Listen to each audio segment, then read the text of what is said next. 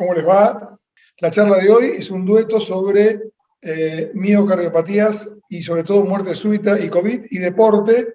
Y la charla va a ser entre la doctora Sabrina Ciorini. La doctora Sabrina Ciorini es miembro de nuestro servicio y además integra el Consejo de Cardiología del Ejercicio de la Sociedad Argentina de Cardiología y acaba de ser coordinadora del último curso que se dio, por lo cual arrancábamos a las 8:15, culpa de ellos, de estos dos que están hoy, culpa de ellos, sobre cardiología y sobre cardiodeportología. Ella va a estar junto con nuestro invitado especial, que es el doctor Sebastián Wolf. El doctor Sebastián Wolf es médico deportólogo y además es el director médico del Instituto de Cardiología y Medicina del Deporte Wolf, que queda en Mendoza. Es un especialista en cardiodeportología y además de ser muy amigo nuestro, de nuestro servicio, además compartimos la misma madrina.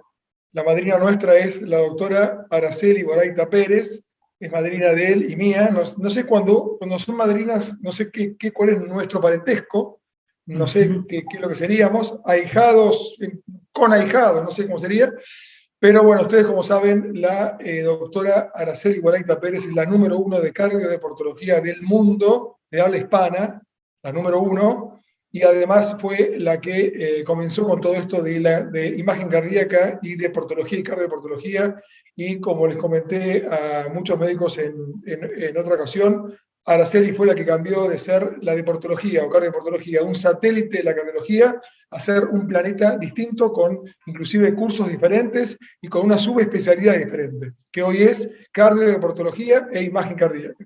Así que les voy a dar la bienvenida a este mundo nuevo, a este nuevo planeta, que es muy apasionante, que es el de cardiodeportología e imagen cardíaca.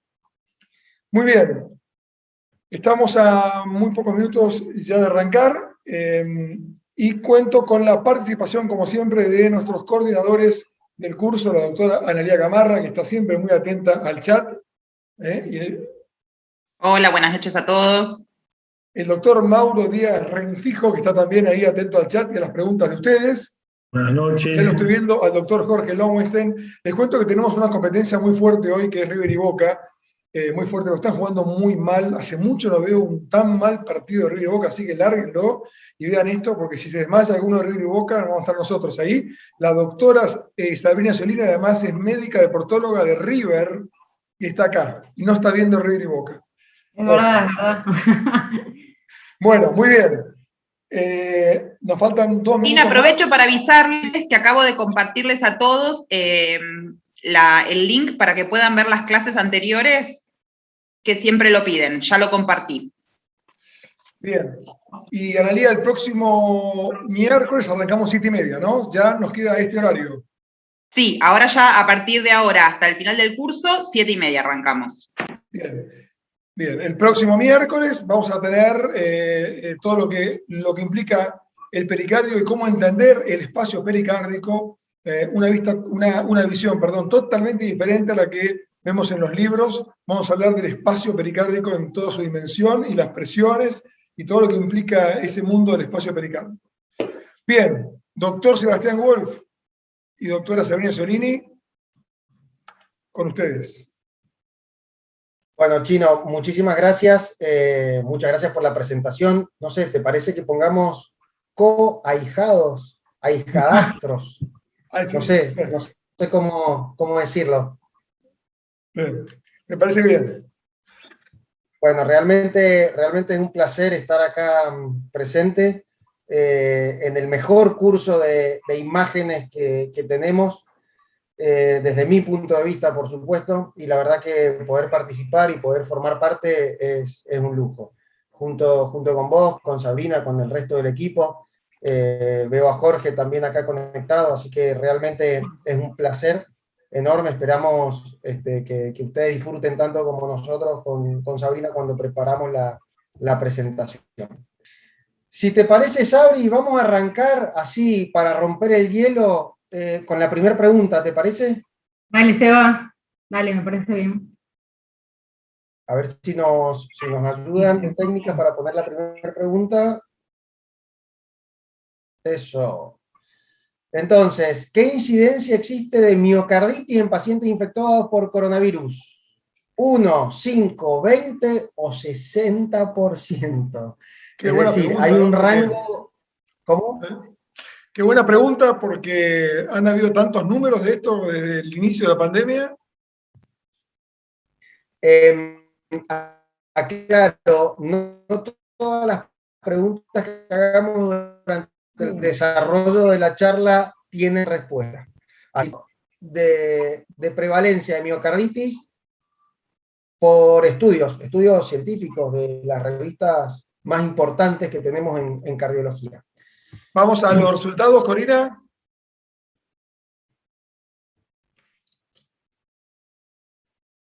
%, perfecto.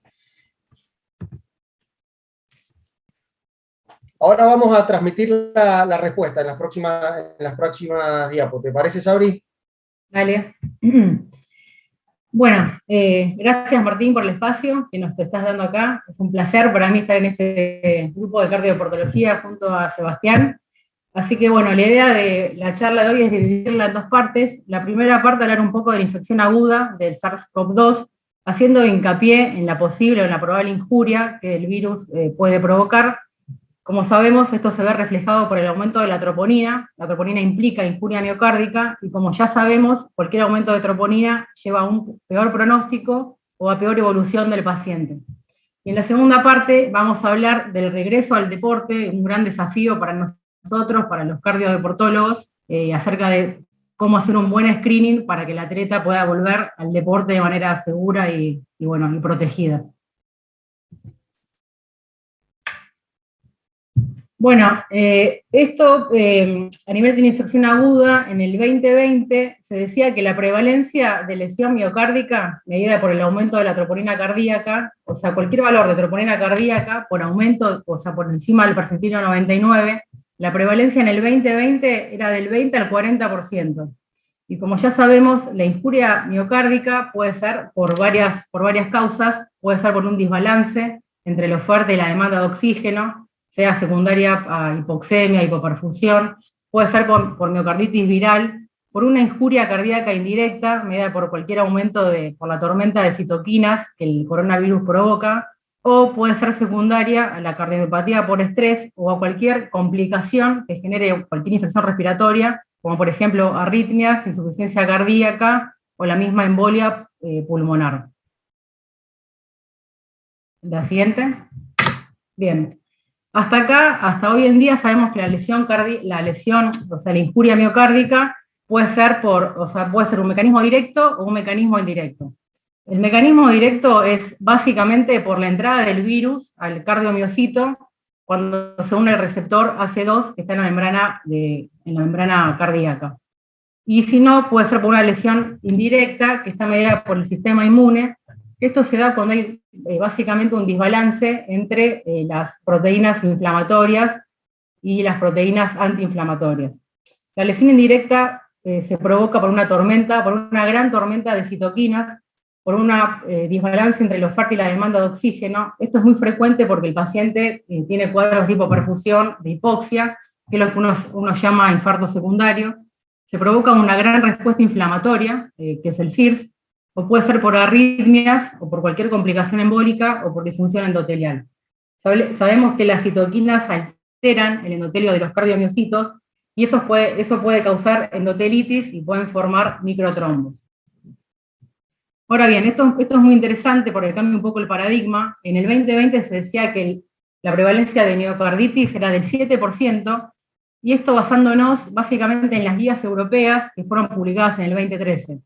Las guías europeas que decían que cualquier paciente tenía sospecha de miocarditis si tenía clínica, es decir, disnea o dolor precordial, y tenía alguna alteración, ya sea en el electrocardiograma, cualquier aumento de troponina, o cualquier manifestación por el ecocardiograma, o alguna alteración en la resonancia cardíaca, como vamos a ver más adelante. Esto en el 2021 cambió, y se dice que la prevalencia hoy en día es muy baja, o sea, la prevalencia es de menos del 1% si uno se basa básicamente en los criterios de Dallas. Los criterios de Dallas, para que recuerden, están basados en la biopsia miocárdica. Para que haya miocarditis definida, tiene que haber infiltrado inflamatorio, un gran infiltrado inflamatorio, y tiene que estar asociado sí o sí a necrosis, es decir, a muerte celular. ¿Qué pasó? Hay un estudio, la siguiente se va.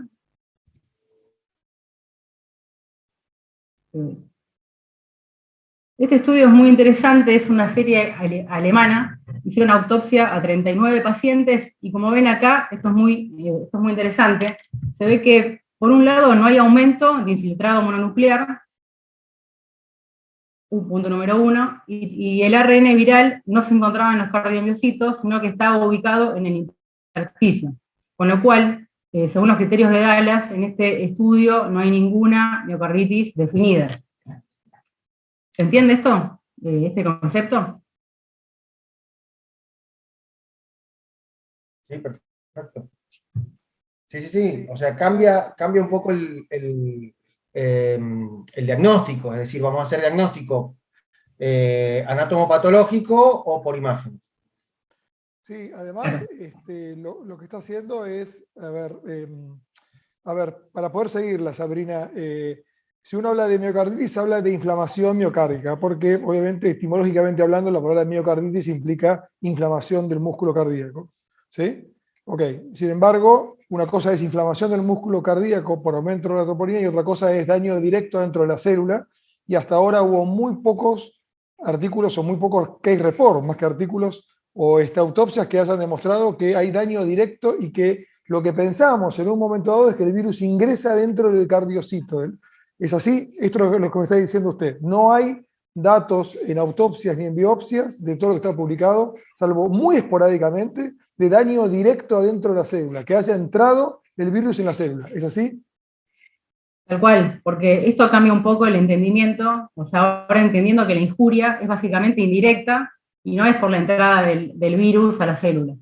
Así que eso cambia un poco, digamos, esto aprendimos ahora en el 2021, que es más que nada por una lesión indirecta, y no por directa como se creía al principio. Bien. Bueno, como ustedes recuerdan, este fue un estudio publicado el año pasado, marzo de 2020, publicado por Pundman, que fue un estudio muy controvertido, donde en este estudio se estudiaron 100 pacientes y 78 de ellos se le hizo resonancia y 78 tenían alteraciones en la resonancia. Y 60 de 100, o sea, el 60%, se dio que tenía aumento del tiempo T2, lo cual implicaba lo cual implicaba edema miocárdico. O sea, 60 de 100 tenían edema miocárdico, según este estudio que fue muy controvertido, publicado el año pasado. Esta fue la época donde pensábamos que probablemente íbamos a tener este grado de inflamación miocárdica, este grado de miocarditis, donde realmente la alteración de T2 mapping en la resonancia se publicó como equivalente a daño miocárdico. Fue muy preocupante. Yo me acuerdo que en esta época del año pasado, no sé si vos te acordás, Martín, estábamos trabajando en el grupo y pensamos que el retorno a la actividad física iba a tener que ser probablemente con este tipo de máscaras que fueron presentadas para la Champions, y nosotros intentamos hacer un desarrollo similar. El que está ahí abajo soy yo, corriendo en la cinta del consultorio nuestro, y si se fijan, tengo un tubito de la máquina de circulación extracorpórea ahí abajo, intentando descubrir cómo íbamos a proponer el diseño para este tipo de máscaras para poder hacer un retorno gradual a la actividad física. Pero bueno, pero todo esto no termina acá. Vamos a presentar un poquito más de bibliografía todavía. ¿Ahí pasó? Sí. Bueno, este es un estudio publicado nuevo en el JAMA, que habla de la prevalencia, esto es del 2021, que explica la prevalencia de la enfermedad cardíaca inflamatoria en atletas que regresaban a la actividad deportiva. Este estudio es muy interesante, son 789 atletas que habían sido positivos para coronavirus, de los cuales, de ese gran grupo de atletas, solamente 30 tenían alteraciones, ya sea en el ecocardiograma, en el electro o en la troponina. De esos 30 que daban positivos para alguna de esas tres cosas, se le hacían resonancia cardíaca, y solamente 5 tenían hallazgos de inflamación cardíaca por resonancia. Esos hallazgos, de los 5, 3 tenían miocarditis, es decir, 0.6%, y 2 pericarditis. O sea que la prevalencia claramente bajó de lo que era un 60 en un principio, y ahora hay casos reportados del 0.6%. Con lo cual este artículo marca un antes y un después cuando uno hablaba de inflamación cardíaca. Por eso la pregunta inicial, y probablemente no haya una respuesta ideal para la primera pregunta, porque pasamos de un 0,6 al 60% de prevalencia, es decir, falta evidentemente bibliografía para poder responder esa pregunta. Y el título de la charla del día de hoy era experiencias e inexperiencias en cardiodeportología. Y un poco a esto hacemos referencia porque realmente nos encontramos con una prevalencia muy diferente a la otra prevalencia de artículos publicados en la misma revista. Entonces, es una encrucijada, ¿no es cierto? ¿Estamos perdidos o estamos muy perdidos en esto? Pero seguimos mostrando un poquito más de bibliografía. ¿Te parece, Sabri? Dale. Antes de que muestre Sabrina esto, Seba, lo que vos estás diciendo básicamente es que en el fondo, si uno se pone a pensar en la pregunta que vos hiciste al público, todos tienen un poco de razón, porque si uno dice miocarditis es inflamación, entonces la inflamación es alta según la resonancia. Ahora, si uno se pone a hablar estrictamente de miocarditis y le pone un nombre propio a la miocarditis, propiamente dicha, con criterios de Dallas, con todos los criterios, la incidencia baja muchísimo. Esa sería la historia. La pregunta es, ¿cuál es la incidencia de miocarditis en COVID? Y parece ser alta. ¿Cuál es la incidencia de miocarditis propiamente dicha? Muy baja. Porque el edema debería resolverse en el futuro en forma más benigna que si entra el virus dentro de la célula, ¿no? Bueno, creo que eso es realmente el desafío, porque tenemos que encontrar las guías de miocarditis son de miocarditis pre-coronavirus, es decir, de una miocarditis que se hacía el diagnóstico, primero porque el paciente tenía síntomas, y después porque tenía alteraciones y cumplía con los criterios diagnósticos de miocarditis, pero eran miocarditis propiamente dicho. Ahora estamos diagnosticando miocarditis por imágenes muchas veces en pacientes asintomáticos. Entonces realmente yo creo que el desafío está en medir qué impacto va a tener sobre el paciente este tipo de diagnóstico, porque si vamos a decir que es miocarditis por tener alguna secuencia de resonancia alterada, es una cosa. Si vamos a decir que es miocarditis porque tiene criterios de imágenes de miocarditis, que cumple con los criterios diagnósticos de miocarditis por imágenes, es otra cosa. Y si vamos a decir que es una miocarditis con los criterios tradicionales, creo que es otro panorama totalmente distinto. Creo que el desafío está en encontrar cuál es el impacto que tiene en el pronóstico de los pacientes con estas tres entidades distintas o con estas distintas formas de miocarditis o de afección miocárdica.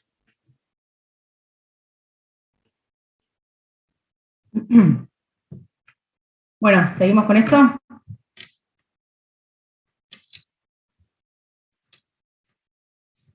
Este es otro estudio, también publicado en el JAMA, que habla de la prevalencia también de miocarditis por resonancia. Eran 1.597 atletas de diferentes universidades, se les hizo a todos resonancia, y se encontró que solamente 37 del total, es decir, el 2.3% tenían miocarditis. Y dentro de este grupo, solamente 9 de ellos tenían miocarditis clínica, o sea, síntomas. Y el resto tenían miocarditis subclínica.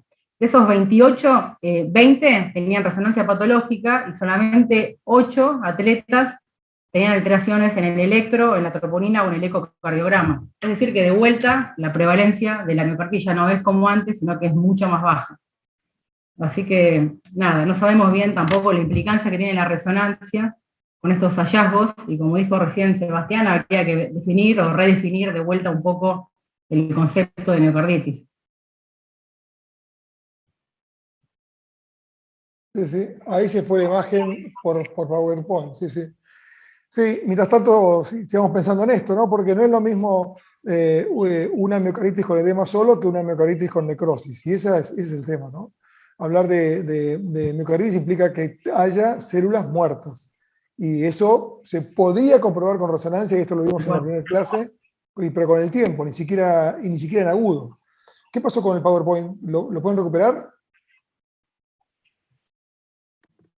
No se está viendo el PowerPoint. Ahí está. Ahí Ahora está. sigan, por favor, sigan. Sí. Sigan, ¿pueden seguir? ¿O está trabado el PowerPoint? No, estoy. Dale, sigue entonces. Dale, Seba. Va.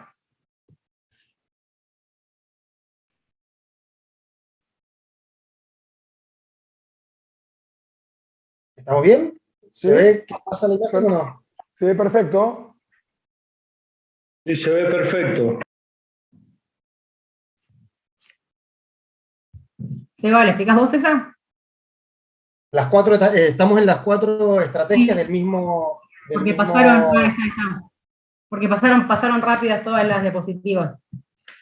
Bueno, entonces, este estudio que propone 4 estrategias posibles. Dentro de esas 4 estrategias teníamos, solo en cuenta los síntomas, podíamos detectar un 0,3% de los pacientes que tenían miocarditis. La estrategia número 2 era solamente tener en cuenta los estudios complementarios de electro, eco y troponina. Aumentaba un poquito más. Si tenemos en cuenta las dos, síntomas y los estudios complementarios, aumentábamos al 1,1%.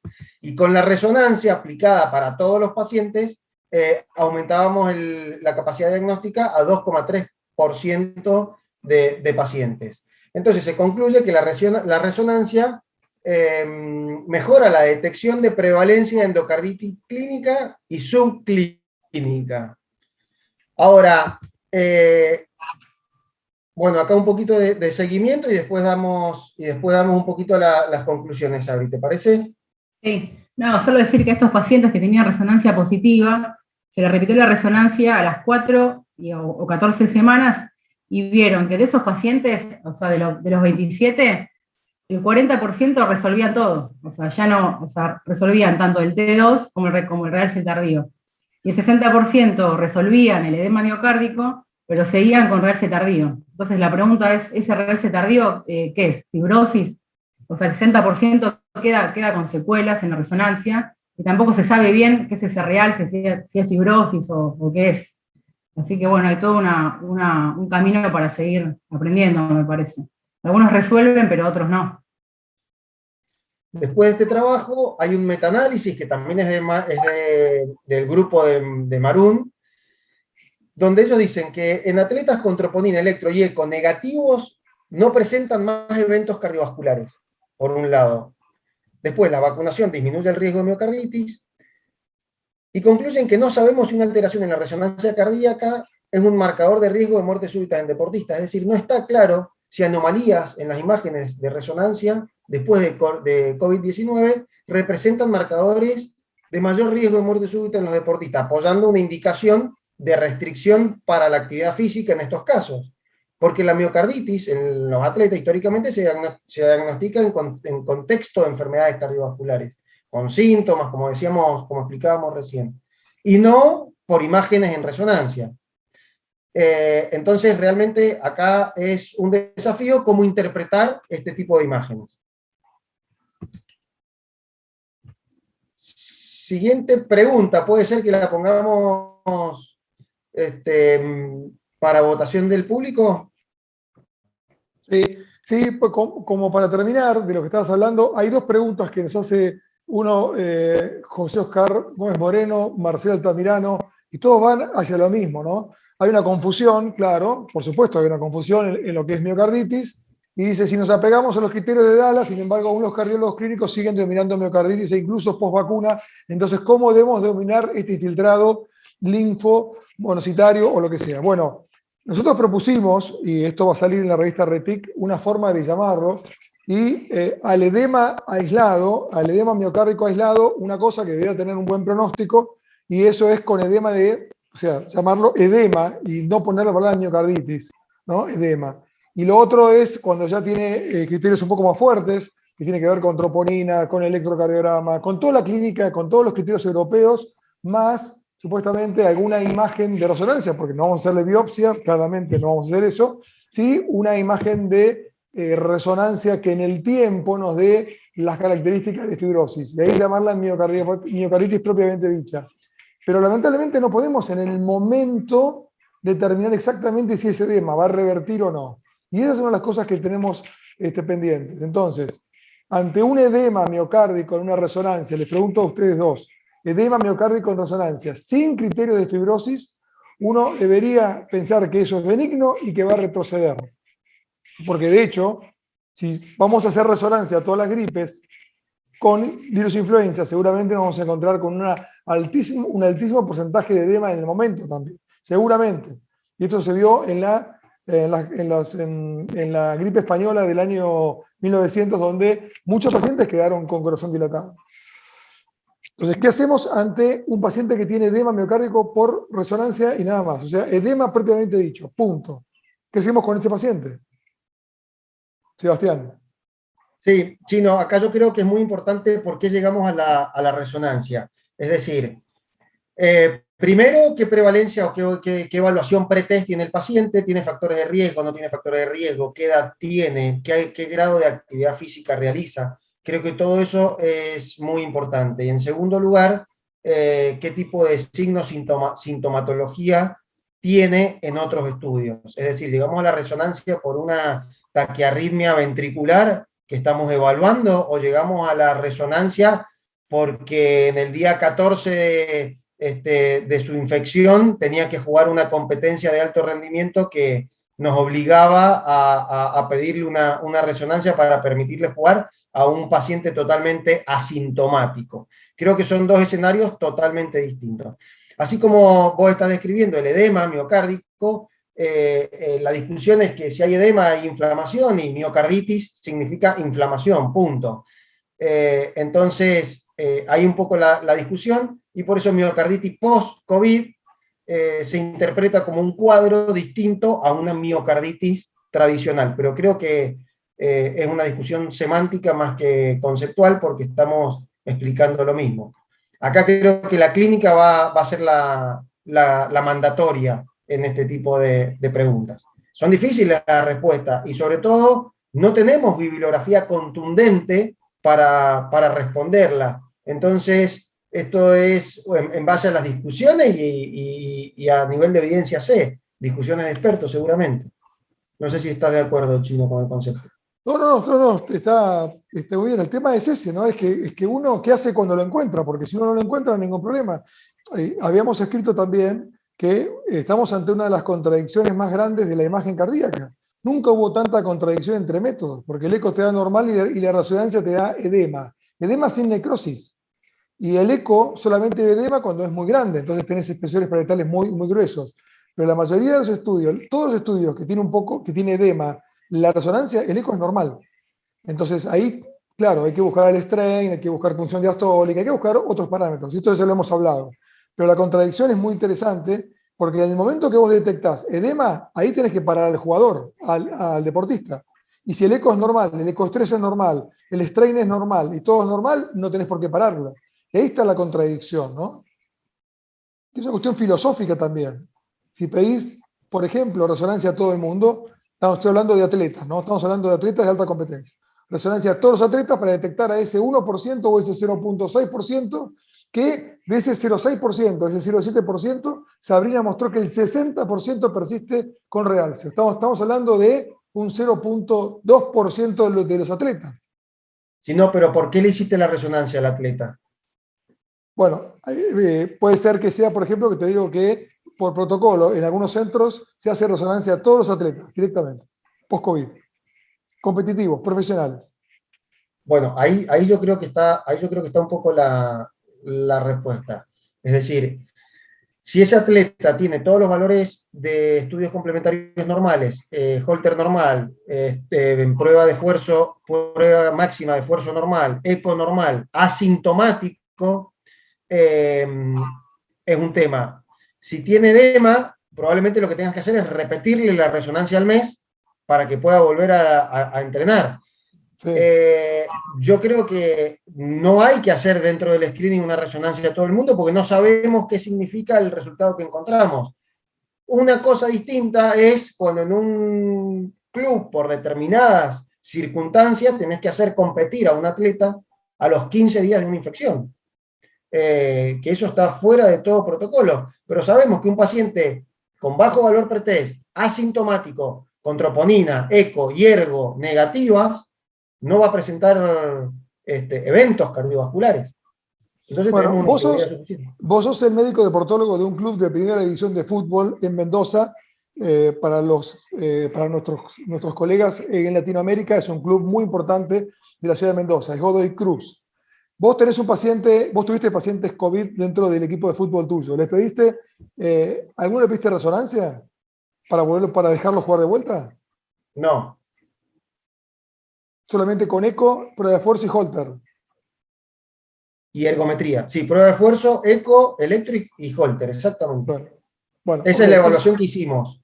En dos casos que tuvimos un long COVID o síntomas prolongados de coronavirus, los seguimos un poquito más de cerca y tuvimos alguna indicación para hacer otra prueba de imágenes. Pero para la evaluación inicial, a ninguno. No, está bien, porque puede ser políticamente incorrecto lo que yo voy a decir. Pero si yo sé que cuando tiene edema no lo voy a hacer jugar hasta que no tenga más edema, o sea, un paciente tiene edema miocárdico, pero no creo que tenga necrosis, tiene edema nada más. No me salta necrosis, me salta por resonancia edema. El eco todo es normal. Si yo descubro que tiene edema, no le voy a hacer jugar hasta que no se vaya el edema. Exacto. Sin saber que eso puede tener chance de muerte súbita o no per se, porque no sabemos. Si sabemos que Totalmente. el corazón dilatado. Totalmente de acuerdo. Está bueno. Cuando lo descubrí, yo lo descubrí.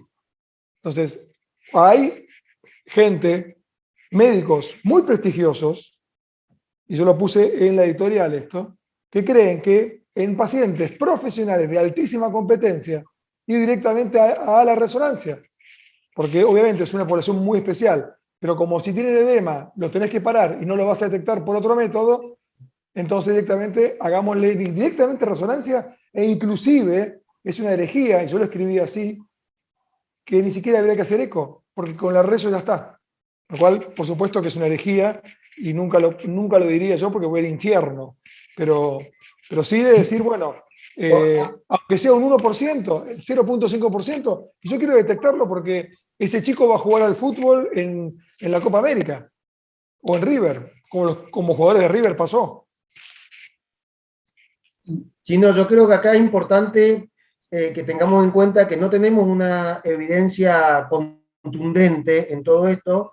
Entonces, sí hay episodios o sí hay experiencias que podemos comentar de equipos que han tenido que hacer jugar a sus jugadores antes del día 21. ¿Por qué? Porque por lo general recomendamos 3 semanas de reposo y después un entrenamiento progresivo. Los equipos de fútbol profesional, la gran mayoría tienen un cuerpo médico que está durante los entrenamientos. En el caso de los clubes que yo conozco más intimidad, los jugadores recuperados de coronavirus, a partir del día 21 vuelven al entrenamiento supervisado por el cuerpo médico, que se los revisa antes, durante y después del entrenamiento. Y vuelven a la competencia entre el día 21 y el día 28 aproximadamente. Cuando vos lo tenés que hacer competir antes, primero tenés que asegurarte que el hisopado esté negativo, que tenga una PCR negativa para que puedan jugar, por supuesto.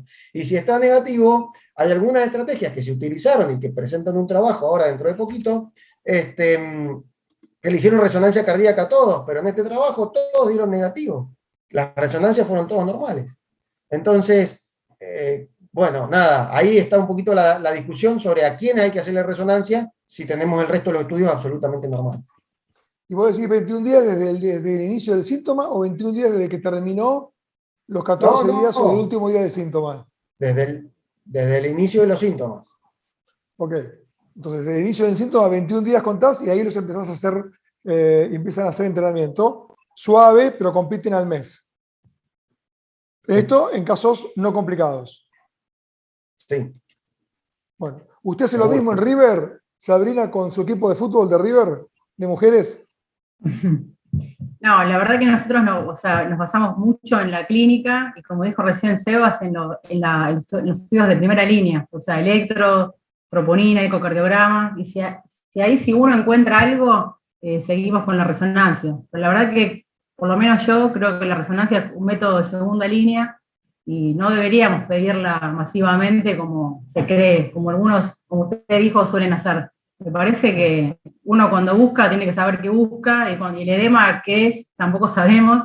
Es una controversia, la verdad que esto da para, no sé, para discutir mucho tiempo, pero es una incertidumbre, no. Porque el edema, o sea, ¿qué es el edema? O sea, el edema también puede generar arritmias y es muy difícil. La verdad que buscar sin saber qué hacer, no sé. Bueno, vamos a ir con la clase, pero sepamos que una cosa son lo que dicen las guías, y otra cosa es el mundo real, y otra cosa es el consenso de expertos, y otra cosa es lo que decimos en un congreso.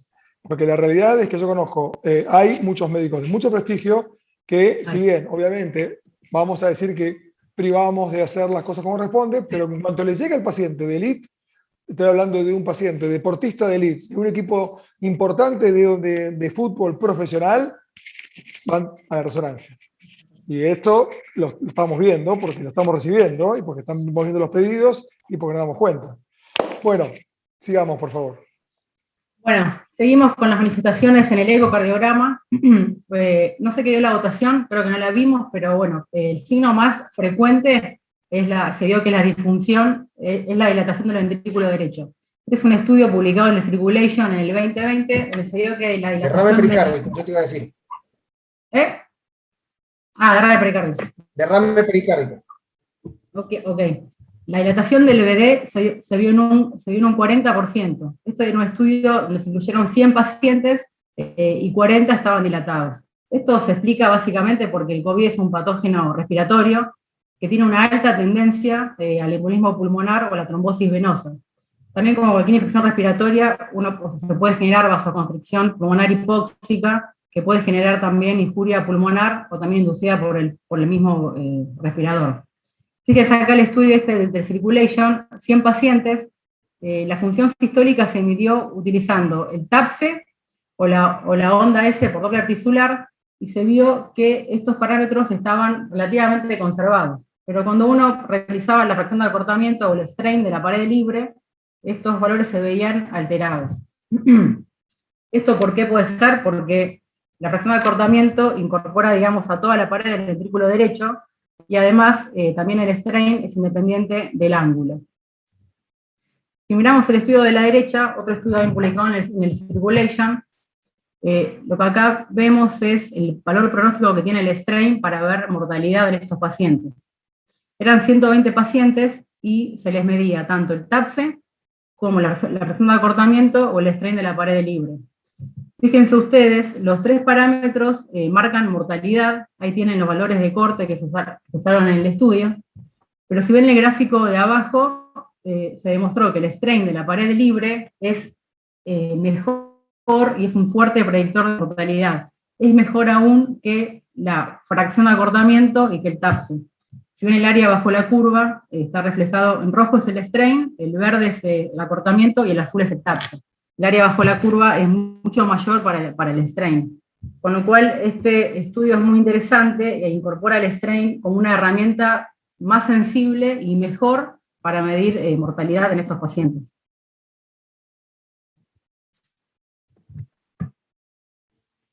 ¿La siguiente? Bien. Otras manifestaciones por ecocardiografía, según este artículo del Circulation, tenemos disfunción del ventrículo izquierdo 10%, disfunción diastólica 16% y derrame pericárdico 7%. Es decir, es lo menos frecuente, ¿no, Seba? El derrame pericárdico. Si ven ahí los videitos de la derecha, ven que la función sistólica del ventrículo izquierdo claramente parece conservada, ¿no?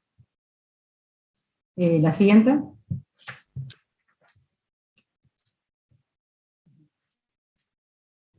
Este artículo también es muy interesante, por lo menos para mí, es un estudio publicado por Cingolani, conocido por todos también. Se incluyeron 75 pacientes, y miren ustedes cómo, a pesar de que la función sistólica del ventrículo izquierdo estaba conservada, el strain basal de la pared libre, el strain basal longitudinal se veía afectado. 75 pacientes, la mitad tenía el strain longitudinal basal disminuido. Ahora la pregunta es siempre la misma, ¿qué es esto? ¿Edema, injuria miocárdica? Si lo comparamos con la resonancia, es lo mismo que también uno puede ver cuando analiza el T2 mapping, que también está aumentado. Con lo cual el strain me parece que es un buen parámetro y también puede ayudarnos un poco a dilucidar entre estos pacientes. Y también este patrón se vio en miocarditis por influenza, o sea que no es solamente propio del coronavirus, que tenga el strain basal alterado. ¿No? ¿La siguiente? Bueno. Ahí estamos. Esto es un poco la experiencia local. Este es un estudio multicéntrico que hicimos varios centros de Argentina, imágenes médicas entre uno de ellos. Los datos fueron revisados en marzo de este año con un total de 522 pacientes, 140 aproximadamente eran del centro nuestro. Es un estudio, es un registro post-COVID ambulatorio. Los datos todavía no hemos analizado en profundidad, como por ejemplo sesgarlos según la gravedad del cuadro. Los datos de strain, entre otros, hemos observado disminución, o sea, dilatación el strain, perdón, disfunción ventricular, dilatación del ventrículo derecho. De los pacientes que tenían dilatación del ventrículo derecho post-COVID, gran parte de ellos se consideraron como adaptaciones fisiológicas al deporte. Y de los 522 pacientes, solamente 6 tenían derrame pericárdico. De los 6 pacientes con derrames pericárdicos, ninguno mostró signos de inflamación en la resonancia cardíaca. Es un poco los datos que podemos llegar a tener nosotros. Esto se va a publicar dentro de poquito y vamos a tener un poquito más de datos probablemente, y se está haciendo el seguimiento de todos estos pacientes para ver cómo evolucionan. Creo que es similar a la bibliografía que tenemos, pero con datos locales. Inflamación miocárdica en pacientes que tengan alteración en los estudios complementarios que tuvieron COVID leve, no tuvimos. Entonces, ahí va la siguiente pregunta. de por qué estamos hablando tanto de miocarditis y en una charla de deportología o cardiodeportología. Podemos poner la siguiente pregunta. ¿Está asociada la presencia de miocarditis como una patología más frecuente de muerte súbita en deportistas?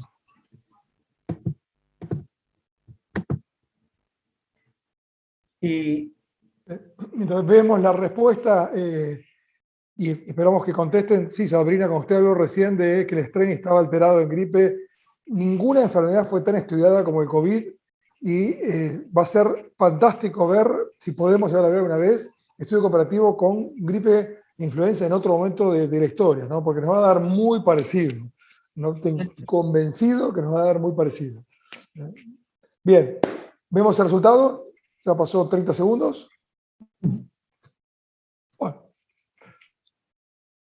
Si no, bueno, acá un poco la discusión de recién, ¿de qué miocarditis estamos hablando, no es cierto? ¿Por qué? Porque tenemos estudios, el estudio del 2009, ahí se va a ver, que por ahí ya es un estudio clásico, y la miocarditis está en el tercer lugar acá, como enfermedades presentes en deportistas que hicieron muerte súbita, miocardiopatía hipertrófica, anomalías de las arterias coronarias y miocarditis en tercer lugar. Pero ¿qué pasa? Una vez más, es miocarditis, propiamente dicho, relacionado a estos deportistas.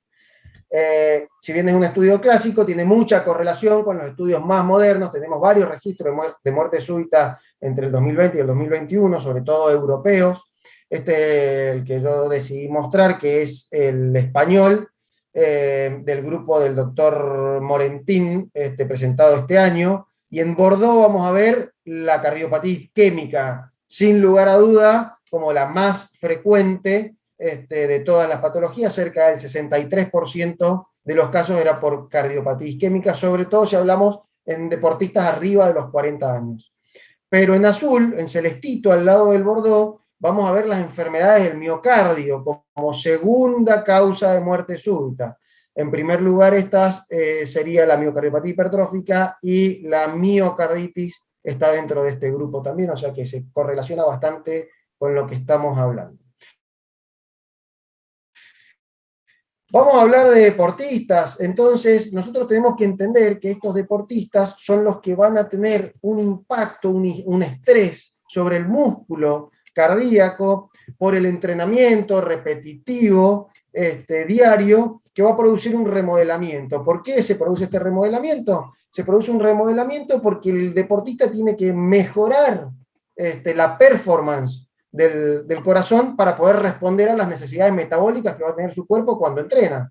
Esto va a ser este remodelamiento, cambios estructurales, funcionales, eléctricos, etc. Va a caer la frecuencia cardíaca, aumentan los volúmenes, mejora la reserva contráctil. Entonces tenemos que saber que este es un corazón que está preparado para recibir este tipo de estrés, ¿no es cierto? Entonces, probablemente si un corazón que tiene inflamación, que tiene mayor susceptibilidad a arritmias, podemos tener un problema. Ahora, ¿es el ejercicio intenso el que puede llegar a producir patologías? Es decir, el ejercicio intenso produce dilatación auricular, y esto puede estar relacionado a la mayor prevalencia de fibrilación auricular en los deportistas senior, sin lugar a duda, pero esto no se traduce en mortalidad. ¿El aumento del estrés oxidativo produce más aterosclerosis? Sí, porque tenemos estudios donde los deportistas de alto rendimiento tienen más aterosclerosis, pero no se traduce en mortalidad. El aumento de troponina con el entrenamiento, la exposición repetida a fatiga cardíaca inducida por el esfuerzo, va a estar relacionada a mayor fibrosis y arritmias ventriculares, o un remodelamiento maligno que produzca miocardiopatía ritmogénica dilatada. Realmente esto es una gran incógnita. Hoy no tenemos evidencia que diga que el ejercicio intenso aumenta la mortalidad, al contrario. Si lo comparamos con el sedentarismo, la reduce a la mortalidad, a pesar de que lo podemos relacionar en todo esto. Simplemente introducir, este es el trabajo que nosotros presentamos hace un par de años, y es la línea de investigación, una de las líneas de investigación que estamos siguiendo desde hace ya varios años. Este trabajo fue presentado en el 2019, fatiga cardíaca en corredores de ultra trail observadas por parámetros de nuevas técnicas o de técnicas modernas ecocardiográficas. Evaluamos a los deportistas en reposo precompetitivo, haciéndole toda la evaluación cardiovascular y el ecocardiograma. Y en el post-esfuerzo inmediato. En este trabajo fuimos a evaluar la carrera en Aconcagua, de 70 kilómetros. Y cuando volvían, apenas terminaban de correr, hicimos la determinación de eco. ¿Qué vimos? Que tenían un impacto muy importante que se denomina fatiga cardíaca aguda o fatiga cardíaca inducida por el esfuerzo. Aumentan los volúmenes, cae la función sistólica de los dos ventrículos, determinada por fracción de eyección y sobre todo por evaluación de formación miocárdica con Speckle tracking. Entonces, este impacto lo puede tener un deportista que está saliendo de COVID y que tiene algún signo de inflamación, y probablemente el riesgo acá aumente. Este es un trabajo que está a punto de publicarse, que lo escribimos en conjunto con la madrina, con Araceli Boraita, todo el grupo del Centro de Alto Rendimiento de Madrid, con Pedro Valenzuela, con Alejandro Lucía, que realmente es un placer poder compartir con ellos el grupo de investigación. Y vemos justamente esto, cómo impacta sobre el corazón el alto rendimiento, y observando en este trabajo quisimos demostrar predictores de fatiga cardíaca aguda, cuáles eran aquellos factores que podían aumentar la incidencia o la gravedad de fatiga cardíaca en ultradeportistas, y la edad es uno de los factores más importantes, porque se observó que en los deportistas de más de 40 años, más de 45 años, tenían más impacto, sobre todo a nivel del ventrículo derecho. El ventrículo derecho fue la cavidad que más se afectó, tanto en varones como en mujeres. Es realmente un gran desafío, porque tenemos que evaluar un deportista que tiene una adaptación fisiológica al entrenamiento, que este es el corazón del atleta, que está en el medio de un montón de miocardiopatías, hipertrófica, dilatada, no compactada, arritmogénica. Y existen zonas grises que realmente son el gran desafío que tenemos todos los médicos que nos dedicamos a la cardiodeportología, para poder determinar si estos son patrones normales o si estamos enfrente de un paciente con una patología que es un atleta. Y es acá donde realmente se genera un desafío, y si a esto le sumamos que es un atleta que está saliendo del COVID, es fundamental tener toda la historia médica de ese paciente y los estudios con los que fue evaluado los años anteriores, para poder compararlo y para poder determinar si estamos enfrente de alguna patología nueva o no. Yo creo que es el desafío más importante. ¿Y cómo lo vamos a hacer? Una pregunta nos pone: ¿qué le pedimos en el screening para el retorno al deporte de alto rendimiento a los atletas? Le vamos a pedir un electro y evaluación, le vamos a pedir electroeco y evaluación, le vamos a pedir electroeco y ergo, le vamos a pedir electroeco, ergo y resonancia cardíaca. ¿Lo ponemos?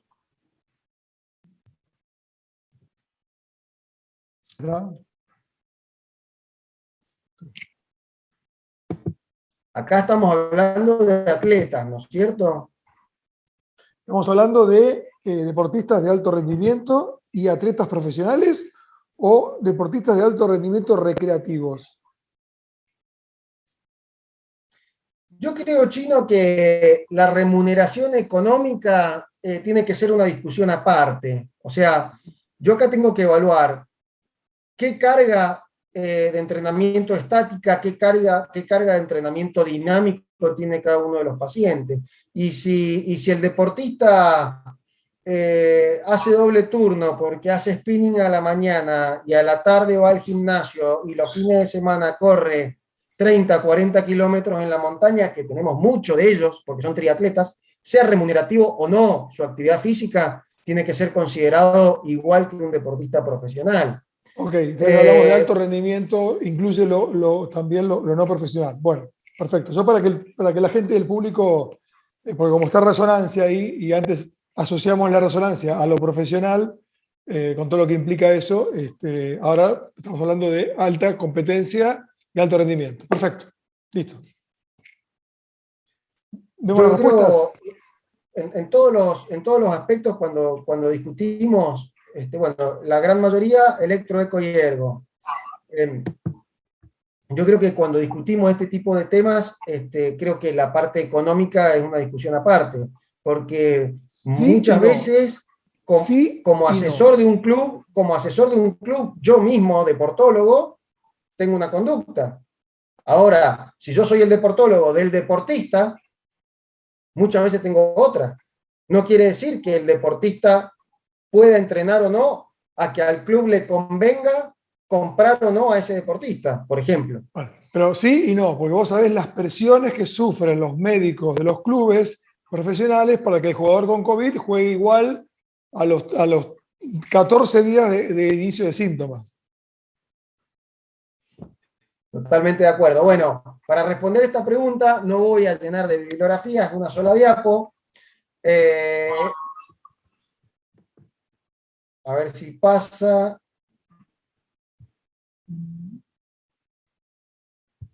Vamos a mostrar, en primer lugar, estas son las recomendaciones que hicimos desde el grupo de cardiología del ejercicio de CISIAC a fines del año pasado. Tenemos las recomendaciones de FAC, las recomendaciones de SAC, las recomendaciones americanas de JAMA, de ESC, es decir, que cada grupo de trabajo, cada revista tiene sus recomendaciones. Por lo general son bastante similares, afortunadamente, y acá estamos de acuerdo en que hay que evaluar la posibilidad pretest, es decir, un deportista sin factores de riesgo, tuvo COVID leve, oligosintomático o asintomático, bueno, probablemente haya que evaluar todos estos aspectos. Nosotros proponemos un cuestionario o una evaluación cardiológica para que pueda retomar de vuelta la actividad física. Si no se cumplen estos criterios, es decir, tiene factores de riesgo, tiene enfermedades cardiovasculares, tuvo COVID un poco más severo, hay que hacer una evaluación muy completa de esos deportistas, haciendo electro, haciendo ergo, haciendo ecocardiograma. Lo que propone JAMA es incorporar troponinas también, y si tenemos alteraciones, vamos a seguir con los otros estudios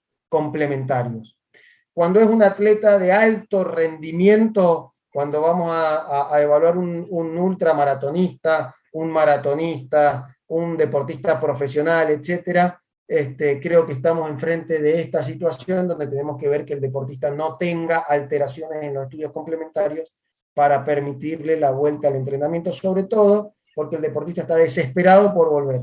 Y mientras antes, mejor. Y si es el día 14 que le levantan el aislamiento epidemiológico, mejor todavía. Entonces, a todos ellos le vamos a hacer una evaluación más profunda. Sí. Y vamos a seguir con esta diapositiva. Para mí es muy importante, siempre que hablamos de deporte, por lo general hablamos de muerte súbita, hablamos de patologías asociadas, de miocardiopatía hipertrófica, etc.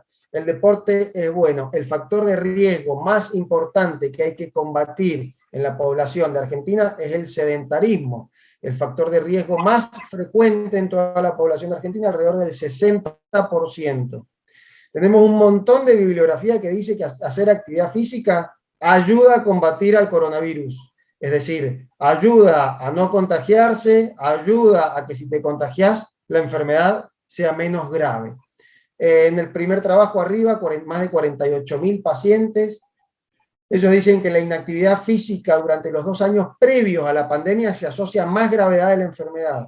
Y que una estrategia para combatir la pandemia debería ser estimular la actividad física en toda la población.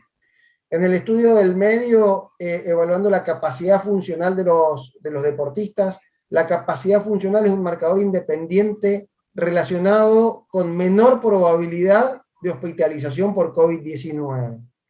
En el estudio de abajo es sobre la actividad mitocondrial y cardiorrespiratoria como factor protector para cualquier tipo de infección. Y aún más, el próximo trabajo, que realmente me gusta mucho porque está presentado, está escrito por Pedro, por Alejandro, que es gente con la que estamos muy en contacto en toda la parte de investigación nuestra también, de La actividad física mejora la respuesta inmune con la vacunación. Incluso la actividad física durante los días de la vacunación mejora la respuesta y la tolerancia de la misma. Es decir, hay que hacer actividad física y hay que estimular la actividad física en toda la población. Comenzamos con los casos clínicos, presentamos un par de casos clínicos, Chino. Charlamos un ratito. Estás muteado. Espera, ahora, no, espera porque quiero discutir. No, espera, antes del caso clínico. Discutimos. Sí, que acá sí quiero discutir contigo y con Sabrina. Necesito discutir con vos. Fíjate lo que nos dice la doctora Mariana Elisa Casalas. Al eco y al ergo le agregaría una troponina para completar y realizaría resonancias y va a comenzar la actividad física antes de los 15 días. O sea, supongamos que los tengas vos. Espera. Antes de los 15 días, contagia. Espera, bueno, a los 15 días. O sea, vamos a decir que el día 14 le dijeron el alta, le hacen el alta, y es un jugador del Club Atlético. Seguimos con River, si querés, o con Boca. Club Atlético Boca Juniors. Vamos a. Bueno, este jugador, obviamente, es un jugador muy, muy importante, y a vos te dicen, mira, tiene que jugar igual. Vos lo haces, de acuerdo a lo que dice Mariana, le haces una resonancia y si da totalmente normal, lo mandás a jugar, por ejemplo. Adelantás el tiempo de los 21 días, más la semana, o sea, 21 días sin hacer nada, una semana de entrenamiento físico leve y después empezás fuerte al mes. ¿Adelantás eso o de ninguna manera, bajo ningún aspecto, a vos te quiebran la mano y decís, no, es un mes, aunque me dé lo que me dé la resonancia? Ahí te quiero ver. Lo que pasa es que no me dan, o sea, no. Van a jugar. Si quieren jugar, van a jugar, independientemente de lo que yo piense. Pero al margen de esto te respondo, 14 días de reposo. O sea, los 14 días, aislamiento epidemiológico, contagiás. Ya está, Ahora los 14 días sí, los 14 días después, ¿los acortás por una 10, resonancia? exacto. 10, 11 días. ¿Qué hacemos cuando salen de este periodo? Se hace un hisopado nuevamente. Condición número 1, sobre todo si es futbolista profesional, tiene que hacerse un hisopado para jugar. Entonces, ya sea el hisopado es negativo, ¿qué recomendamos a partir de la segunda semana recién? Hacer toda la evaluación cardiovascular. Y a partir del día 21 vuelve a entrenar con el grupo. Por lo general lo que hacen cuando pueden es un grupo separado para entrenar y están muy supervisados por el médico. Es decir, es un caso separado. ¿Por qué? Porque tienen un equipo médico que está durante el entrenamiento. Tienen un DEA, tienen una enfermería, tienen un médico que los controla cuando llegan, que le toman la presión, que lo revisan. Y lo mismo antes que se vayan, durante todo este periodo que es el gris intermedio. Eso está muy bien. Vuelven a competir. Está muy bien, pero no le respondimos a Mariana. La pregunta de Mariana es, ¿acortás los 14 días después de los 14 días iniciales a un jugador de elite o a un jugador de selección? Messi. Estamos hablando de Lionel Messi, tuvo COVID. Va a jugar la Copa América. El día 14 termina su convalecencia y no contagia más, en teoría. A partir de ahí, el día 18, él lo vivió perfecto. ¿Le haces una resonancia y le mandás a jugar? Eso es lo que nos pregunta Mariana. Dentro de poquito sale publicado un artículo de entre ellos, Pedro y Borman, mucha más espalda que yo. Te puedo responder con ese artículo. Ellos necesitaban que los jugadores de elite jueguen un campeonato internacional antes del día 21. Le hicieron resonancia a todos. Y jugaron. Todos dieron negativo. El que está inflamado no juega. Claro. O sea, Mariana tiene razón. Mariana Elisa Casalas tiene razón que con una resonancia cortás el tiempo para que vuelva a jugar un jugador profesional. Pero lo mismo no lo recomendás, ¿eh? No hay ninguna recomendación de que antes del día 21 jueguen de vuelta. Es más, Araceli no los deja competir hasta el día 28. Son olímpicos los de Araceli, ¿eh? Son olímpicos. Sí. No los deja volver a entrenar hasta el día 28. ¿Por qué? Porque hay varias revisiones que si el deportista vuelve antes, puede presentar síntomas más prolongados. que si se termina de recuperar bien. Porque el ejercicio intenso, en forma aguda, produce una inmunodepresión que puede estar relacionada a la prolongación de los síntomas por coronavirus. Creer o reventar, no hay evidencia científica para todo esto. Son todas teorías. Es más, yo te digo, si vos me decís a mí, mi opinión personal, yo estoy jugando de abogado del diablo y estoy jugando en las distintas alternativas del mundo real, no del mundo del consejo, el mundo real, lo que pasa fuera del micrófono y fuera de un congreso. La realidad es que yo opino igual que opinás y yo hasta el mes no lo dejo entrenar, por más que tenga la presión que tenga, porque hay cosas que no va a haber tampoco la resonancia. Y preferiría que espere y que empiece despacio. Bueno, sigamos. Hoy, o sea, no hoy, esta semana vino un jugador de elite, no profesional, no es de fútbol, es de otra disciplina, capitán del equipo, que tiene una final esta semana. La final estaba entre el día 15 y el día 21, y me dijo, la liga me deja jugar estando negativo, y yo voy a jugar.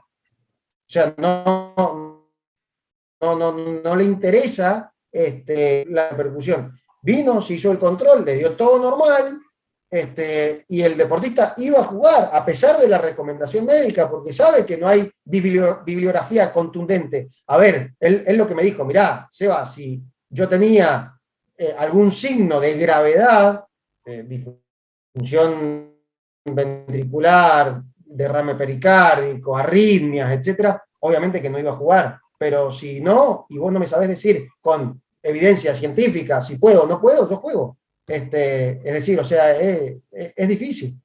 ¿Y jugó? Juega esta semana. Después te cuento. Ahí en River hacen 15 días nada más y los mandan a jugar. O sea, el equipo médico del centro de deportología de River respeta 15 días nada más. Por eso digo que hay mucho para hablar de esto.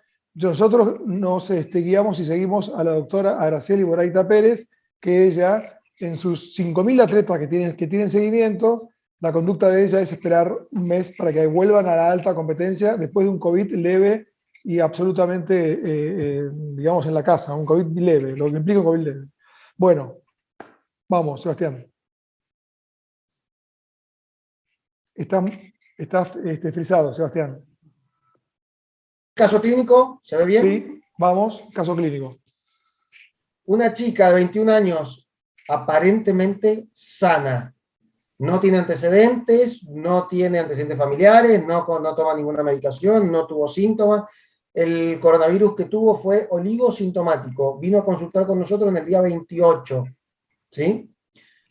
Hace un entrenamiento recreativo, pero entrena 5 horas semanales. Es recreativo, ¿sí?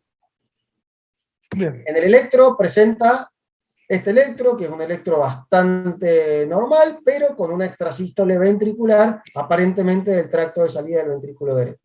Morfología rama izquierda. Bien. Le hacemos un ecocardiograma. Se ve un poquito lento, pero no estaba lenta la frecuencia cardíaca de ella, es simplemente el video acá. Un ecocardiograma con una fracción de eyección conservada, sin dilatación del ventrículo derecho, con función del ventrículo derecho normal, sin derrame pericárdico, pero con un strain longitudinal global en el límite de la normalidad. Me gusta que esté arriba de 17 para decir que es normal. Entre 16 y 17 hay que mirarlo con cariño, y menos de 16 decimos que está alterado. Ella tenía este strain, repetido 3 veces. Y se hace una prueba de esfuerzo. Tenía una arritmia ventricular, tenía un strain en el límite, le hacemos una prueba de esfuerzo con un electrocardiograma basal normal, máximo esfuerzo normal, y en la recuperación hace una taquicardia ventricular de 150 latidos por minuto. Morfología del tracto de salida del ventrículo derecho. ¿Qué hacemos? ¿Cómo lo interpretamos? como una taquicardia velar monomorfa sostenida con morfología del tracto salida ventrículo derecho, autolimitada, y los diagnósticos diferenciales son miocarditis post-COVID, displasia ritmogénica, taquicardia simpático sensible. ¿Qué hacemos? Ahí está la próxima pregunta, si lo ponen de la parte técnica. ¿Qué conducta seguimos, Chino? ¿Qué harías? Suspender actividad física, holter de 24 horas y resonancia. Primero suspender la actividad física, que yo en lo personal, ¿no? Después charlamos. Yo creo que haría todo. La respuesta sería, todas son correctas. Todas, sí. Ahí es un error Falta un todas error semántico. correctas. Todas son correctas. Bien, ¿qué hicimos? Sigo, ¿no es cierto? Sí, sí, seguí porque esta es evidente que todas son correctas. ¿Qué conducta seguimos? Suspender la actividad física, pedimos un holter y pedimos una resonancia con Gadolin. ¿Cuál fue el problema? Se demoró mucho la resonancia. Por un tema administrativo, la resonancia se hizo 1 mes y medio después. Suspendió la actividad física. El holter, este que está acá, tenía más de 10.000 extrasístoles ventriculares y en el holter presentó episodio de taquicardia ventricular a 150 latidos por minuto también. Como te decía recién, la resonancia se demoró. Esta es una imagen del holter.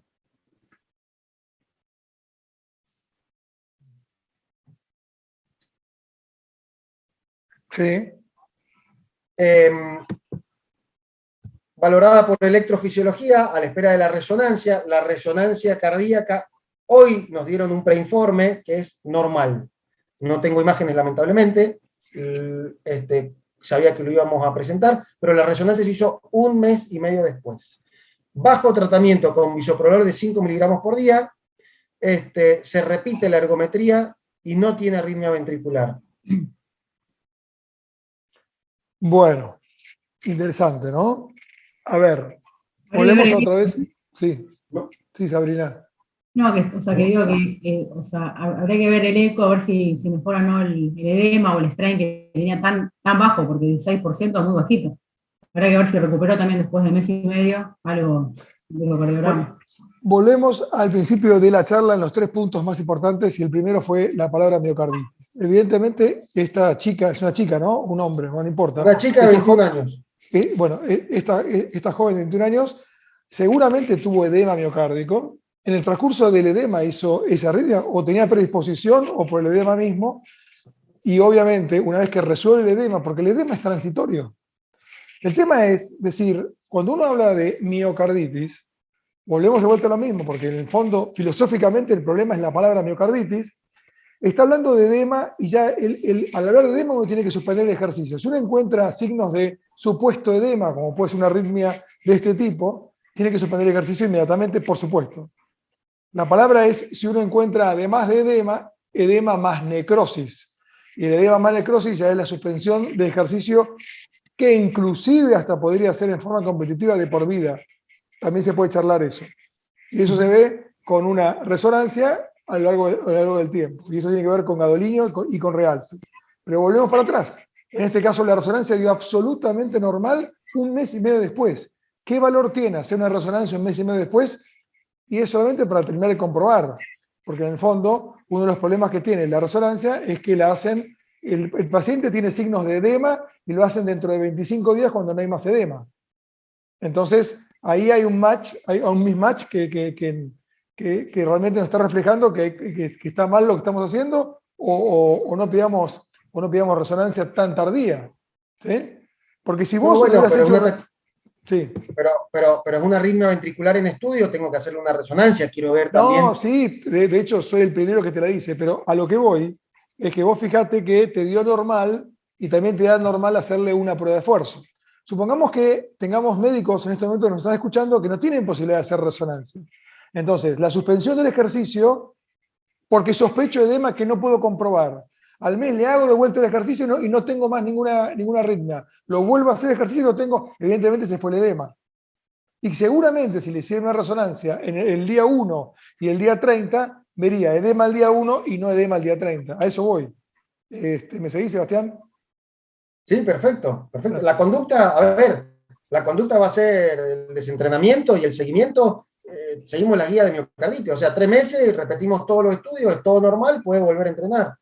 Pero bueno, es lindo poder hacer un diagnóstico completo si Claro, están las claro. Pero que, entonces, ante la sospecha de edema, que va a ser transitorio, como todo edema que tenemos en el cuerpo habitualmente, salvo que sea una enfermedad autoinmune, pero de edema se va a ir con el tiempo. Entonces, ante la sospecha hay que parar al atleta o al que va a hacer deporte, aunque sea lo que sea, hay que pararlo, hasta que no haya más sospecha de edema. ¿Con resonancia o sin resonancia? Yo creo que ahí está la clave. Y pararlo un mes implica darnos un tiempo de protección a los médicos y al paciente de que ese edema se resuelva. ¿Está bien lo que estoy diciendo? ¿Estamos de acuerdo? Totalmente. ¿Presentamos otro caso? ¿Tenemos tiempo, Chino? Sí, sí, porque está muy divertido y sigamos. Es lindo este caso, es lindo este caso. Acá vamos a mezclar un poco de cardiodeportología y post-COVID.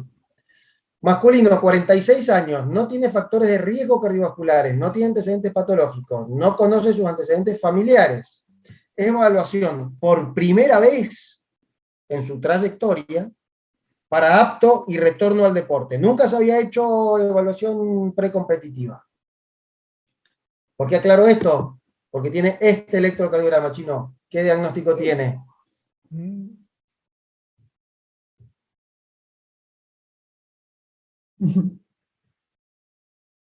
Wow. No hay engaño, o sea, es lo primero que se te ocurre. ¿Hipertrofia apical es esta?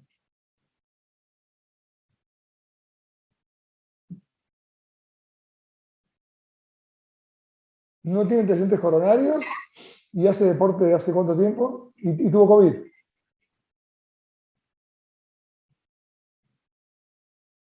Sebastián, te me congelaste. Hipertrófica apical. ¿Puede ser? ¿O no? A ver. Acá dice que hay sobrecarga. Vamos a leer lo que dicen. El doctor José Oscar Gómez Moreno dice que hay sobrecarga de ventrículo izquierdo. Hablan de hipertrofia también. Se nos congeló. ¿Estás ahí, Sebastián?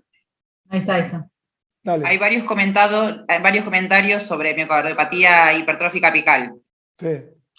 Bien. ¿Estás ahí, Sebastián? Estoy perfecto. Bien. Dale, seguí entonces. ¿Se escucha? ¿Se escucha bien? Perfecto. Bueno, sí. Diagnóstico presuntivo, miocardiopatía hipertrófica apical, le hacemos una ergometría. Este es el máximo esfuerzo. La ergometría. Y apenas termina el máximo esfuerzo, hace esto.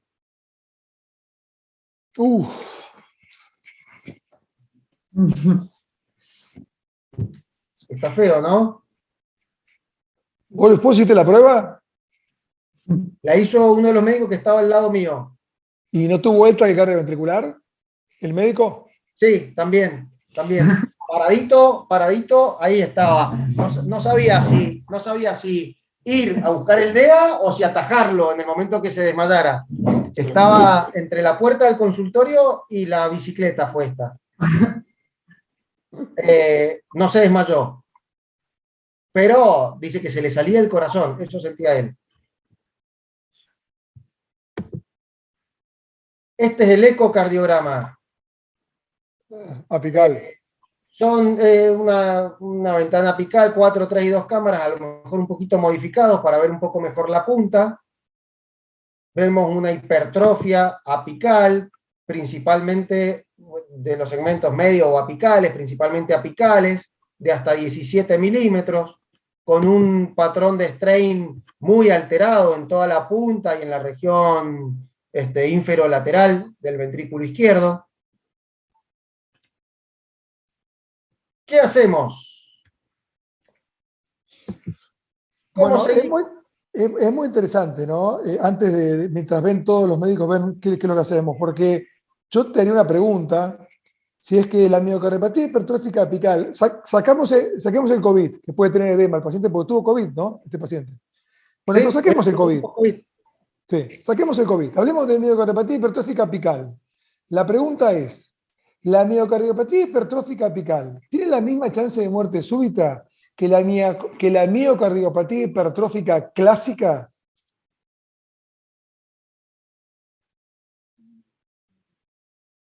¿se entendió lo que dije? Sí, sí. ¿Tiene la misma chance, pregunto, de muerte súbita? A ver, la pregunta es, si tenemos un paciente con miocardiopatía hipertrófica, lo primero que hacer es estratificarlo. Estratificarlo Sí. para ver el riesgo de muerte súbita que tiene. Y una vez que evaluamos el riesgo de muerte súbita de ese paciente, vamos a decidir en conjunto con el paciente si continúa o no su práctica deportiva y demás. Dentro de la estratificación de riesgo del paciente, la morfología de la hipertrofia es uno de los parámetros que vamos a tener en cuenta. La fibrosis es otro, la obstrucción del tracto de salida del ventrículo izquierdo es otro, los antecedentes familiares, las arritmias. Bueno, son muchos parámetros que vamos a tener en cuenta para estratificar el riesgo de miocardiopatía hipertrófica de un deportista. Supongamos que tengas una miocardiopatía hipertrófica apical sin gadolinio. ¿Lo dejás jugar? Y sin arritmia, ¿no? No como este caso, por supuesto. Le haces prueba de fuerza y no tiene. Yo creo que este caso se agravó por el COVID y tiene edema. Eso es una arritmia, me parece que no tuvo antes el paciente, porque de hecho tiene 46 años y no tuvo eso antes. Evidentemente tiene que ver con el edema del COVID. Pero vamos a hablar de, bueno, volvemos para atrás. Paciente que no tiene edema de COVID y no tiene realce con hipertrófica apical. ¿Lo dejás hacer deporte competitivo? Sabemos que la miocardiopatía hipertrófica apical no, o sea, tiene mal pronóstico. Yo creo que estos deportistas hay que seguirlos muy de cerca y hacerle holter, hacer ergometría, evaluar los síntomas, evaluar los antecedentes familiares. Y en la resonancia, como vos decís, evaluar muy bien si tiene o no fibrosis, hígado, bueno, etc. Si no tiene nada y es todo absolutamente normal, es un deportista que hay que seguirlo muy de cerquita y cada 3 meses probablemente reevaluarlo, reestratificarlo y charlarlo con él para explicarle la gravedad de la patología y de sus síntomas. O sea que vos le firmás el apto. Le firmás el apto.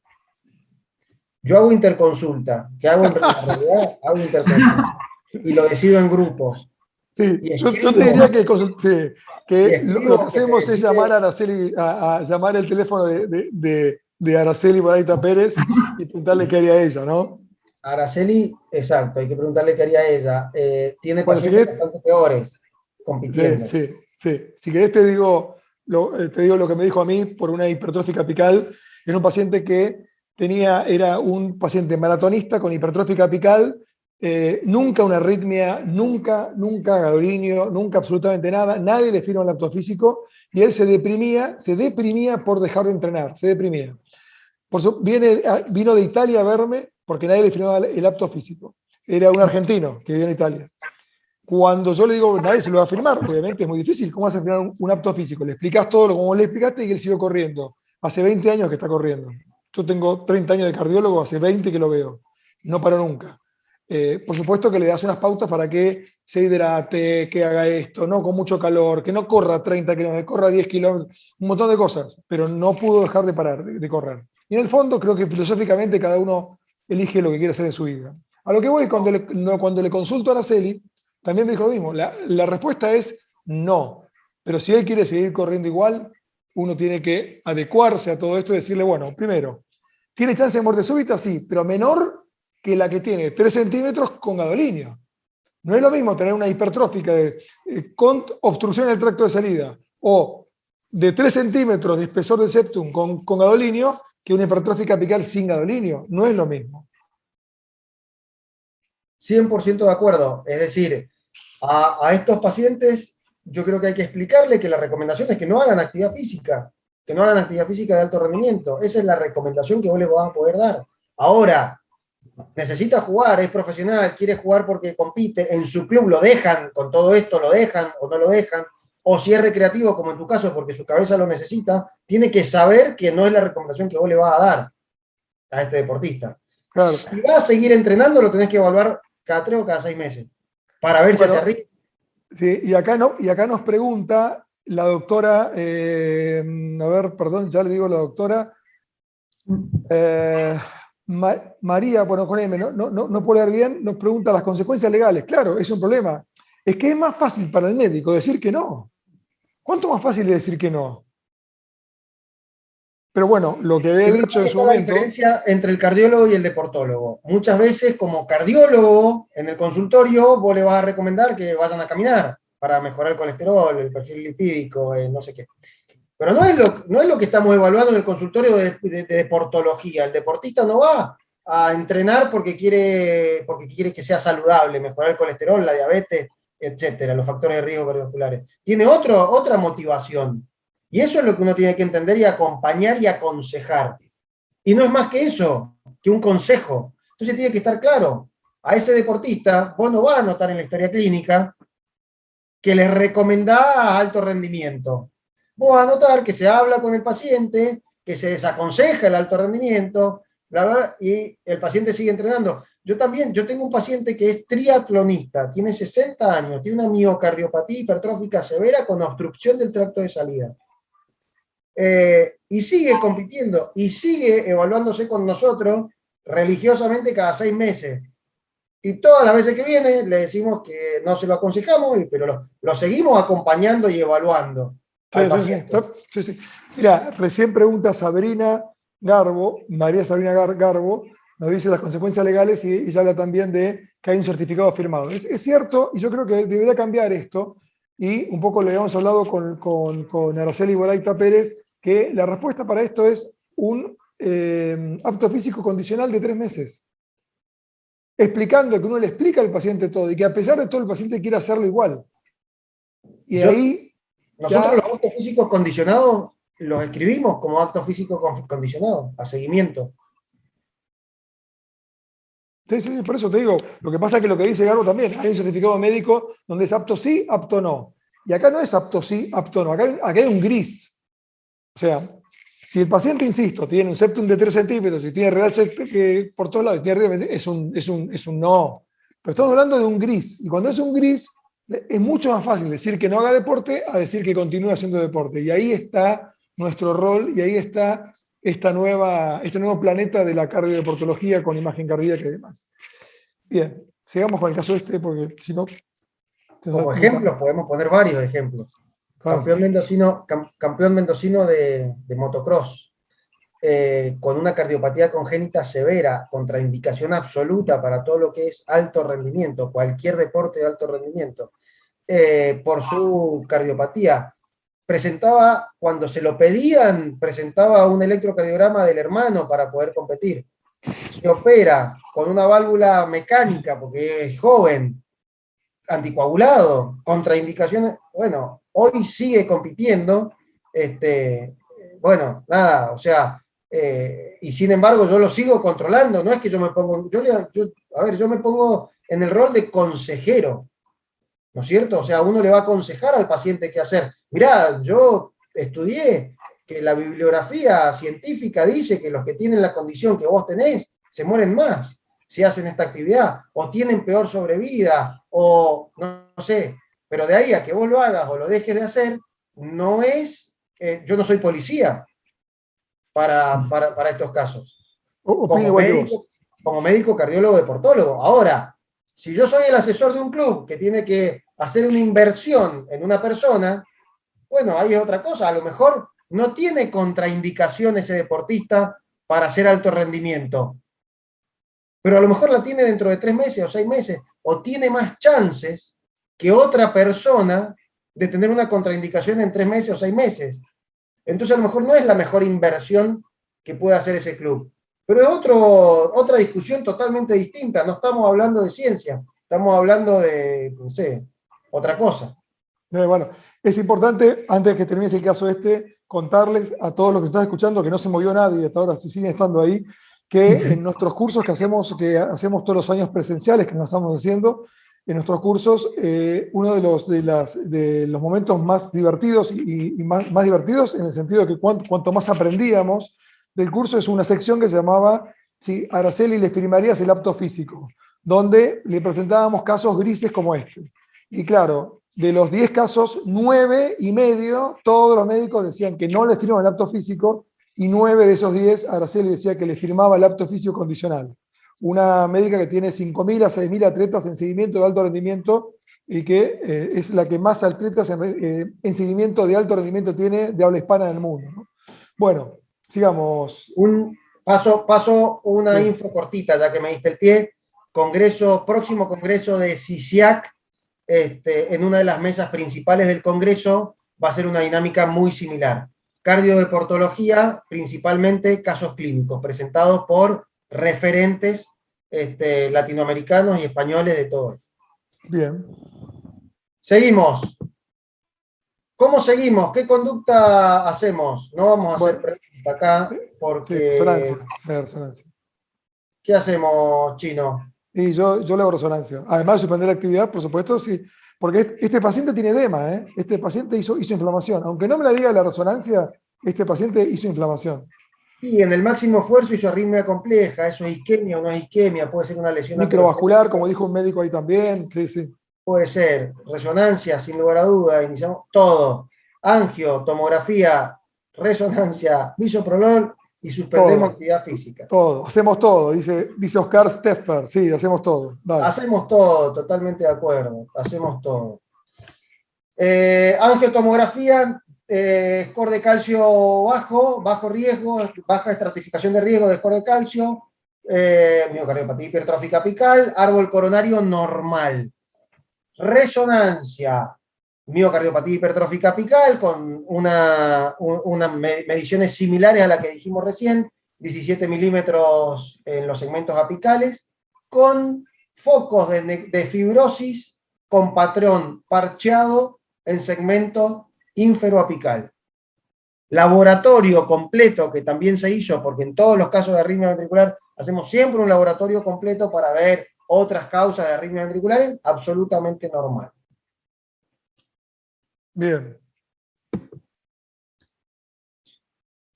Continuó bisoprolol, se suspendió la actividad física, se sugirió screening familiar y se solicita nuevo Holter y ergometría en un mes. ¿Qué pasó Bien. al mes? Se hizo un Holter. Nada. Ahí tenés. Extrasístoles ventriculares, 0. 0, nada. De trayectoria ventricular. Todo normal. Se hizo la ergometría con su miocardiopatía hipertrófica apical, sin ninguna arritmia. Otro Nada. caso de edema, claramente edema post-COVID en una miocardia hipertrófica, que evidentemente le cayó peor que alguien que no tiene hipertrofia apical. Muy bien. Creo que es otro caso interesante. Vamos. ¿Tenés otro caso más? Como vos quieras. Dale, sí. Último. Último. Este es muy reciente. Bueno, espera, Sebastián, este es para la doctora María Pelletier, que nos preguntó también, así respondemos a todas las preguntas, nos preguntó qué pasa cuando el COVID es moderado, pues estamos hablando mucho de COVID leve y deporte, pero ahora estamos hablando de un moderado. Bueno, este caso de moderado. Este es un caso moderado, es muy reciente. Lamentablemente este caso no está completo todavía, pero creo que es muy interesante para presentar. 65 años, es otra población. Esto es un control post-COVID, no estamos hablando de deportología, acá estamos hablando de COVID. ¿Bien? Control post-COVID moderado, con internación de 8 días, que requirió máscara con reservorio, no estuvo intubada la paciente. Factores de riesgo, hipertensa y dislipémica leve. Examen físico absolutamente normal en el momento del examen, viene al control cardiovascular el día 27. Electrocardiograma normal, pero en el ecocardiograma tiene este derrame pericárdico con la fracción de eyección aparentemente normal, pero... ¿Seguimos? Sí. Pero tenemos este derrame pericárdico con este patrón de deformación miocárdica. La paciente esta es la primera vez que viene a nuestro centro. Fue evaluada en otro centro hace 2 años, un poquito más de 2 años, hace 26 meses, con un ecocardiograma normal. Nosotros no tenemos esas imágenes, no contamos con ese estudio previo. Pero el ecocardiograma hace 2 años era normal. Y hoy tiene esto en el día 27 post-COVID moderado.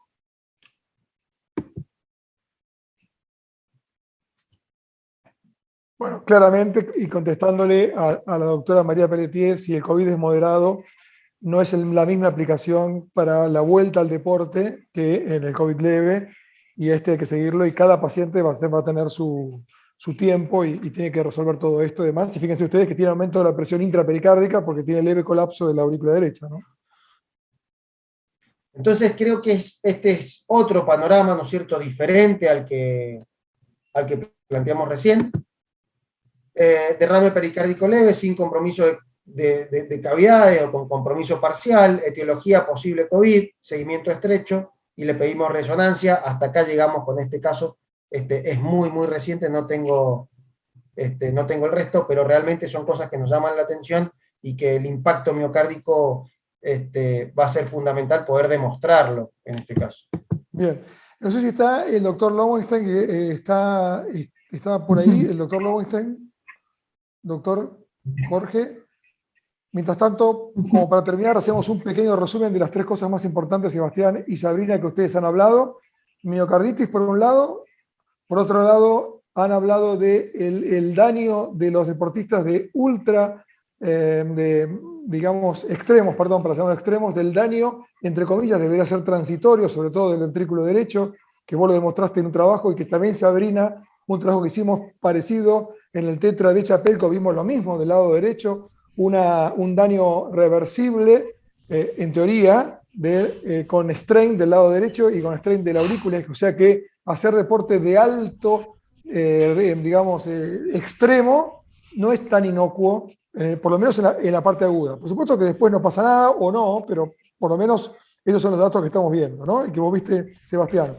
Y lo tercero que vos dijiste también, que es muy importante, es que el deporte es clave cuando cuando los pacientes se vacunan, inclusive, que sigan caminando, que sigan haciendo algo, y también es clave para cuanto mejor capacidad funcional tenés, mejor te va con el COVID. Con respecto a la miocarditis, como resumen final, entonces no es lo mismo edema solo, que es transitorio y benigno, que edema más necrosis, que es más complicado. Punto. Doctor Lowenstein, lo dejo a usted para el final. ¿Por qué está con el barbijo? Gracias. En realidad estuve en el banco en la cancha, ganó Boca por penales, River hizo 5 opciones de gol, no entró ninguna, Boca no pateó una sola vez al arco, pero el fútbol es así. Tantas incertidumbres tenemos en la medicina como en un partido de fútbol. Así que, ¿qué puedo decir? Me divertí mucho viendo el partido y más escuchándolos a ustedes. Así que, no, lo único con la miocardiopatía hipertrófica, si separamos la apical de la asimétrica, la apical en general es mucho más benigna. Y una fibrosis en la apical no tiene significado de mala evolución en general. Lo que sí tiene mala evolución cuando hay un aneurisma apical. Pero cada paciente es un mundo, así que, como siempre, hemos disfrutado y tenemos más preguntas que respuestas, y bueno, y así seguimos avanzando en la medicina. Gracias a Sabrina, gracias a Sebastián, porque bueno, nos ilustraron un poco con experiencia, ¿no? Realmente uno no habla más de oído en COVID que haber vivido en la trinchera, pero el strain indudablemente ocupa un lugar preponderante, y bueno, ya el Waze lo dice, tanto el strain de ventrículo derecho como el ventrículo izquierdo es un factor pronóstico de internación en área crítica. Así que es una tecnología moderna, como dijeron, que bueno, sí se puede usar mejor. Pero el criterio clínico siempre es el que prevalece en todo esto, y cada paciente tiene su propia individualidad y las guías en este caso sirven de poco. Muy bien, bueno, luego Jorge, con esto terminamos, con tu comentario final terminamos, que es un lujo tenerte aquí como todos los miércoles para el resumen final. Gracias, Sebastián, un placer. Mañana tenemos la misma discusión, pero para la comunidad, en una charla por Instagram, el Instagram de Sebastián, que es, ¿podés repetirlo, Sebastián, tu Instagram? No, ponete vos, porque si no, no. @Seba_Wolf. @Seba_Wolf, el mío es Lombardero Martín. Mañana hacemos este mismo tema, pero para la comunidad. Gracias a Analía Gámara por estar ahí, como todos los miércoles. Mauro Díaz, gracias por todo. Y bueno, Sabrina y Sebastián, nada más que decirles que gracias. Ha sido una clase muy divertida. He aprendido, sigo aprendiendo, porque de esto realmente todavía la última palabra no está escrita. Señores, hasta el próximo miércoles, donde seguramente nos reencontraremos a las 7:30 de la tarde, esta vez con derrame pericárdico, no derrame, espacio pericárdico. ¿Cómo entender el espacio pericárdico? Que es mucho más divertido y mucho complicado. Hasta el próximo miércoles. Chino, muchísimas gracias por el espacio y por la invitación. Realmente es un placer estar acá. Bueno, y mañana en Instagram te voy a preguntar si la fatiga cardíaca que vos demostraste en el deporte extremo es reversible o no, y si no es reversible, ¿cómo lo demostraste? Lo tengo. La preparo a la respuesta. ¿Qué pasa con la fatiga cardíaca de los deportistas extremos? Gracias y nos vemos el próximo miércoles. Gracias.